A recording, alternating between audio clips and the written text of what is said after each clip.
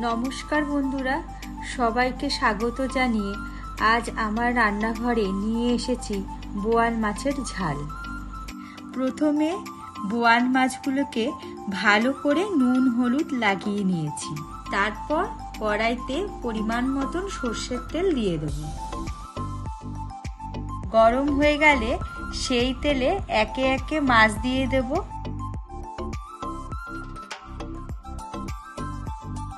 অবশ্যই মাছ ভাজার সময় ঢেকে ভাজতে হবে, কারণ এই মাছ ভাজার সময় তেল ছিটে আসে।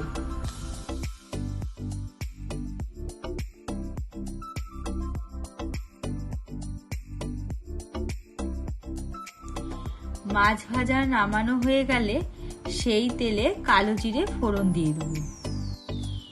তারপর পেঁয়াজ দিয়ে ভালো করে ভেজে নেব। ছোট একটি পেঁয়াজ, 5-6টা কাঁচা লঙ্কা বেটে নিয়েছি।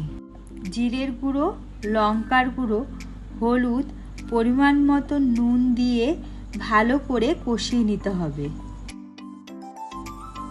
কষানো হয়ে গেলে জল দিয়ে দেব।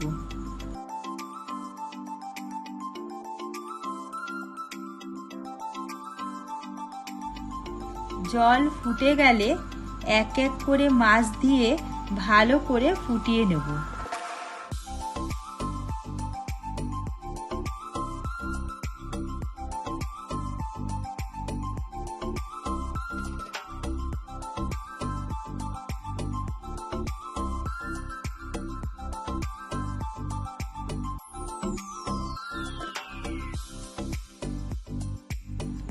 কয়েকটা কাঁচা লঙ্কা দিয়ে দেব।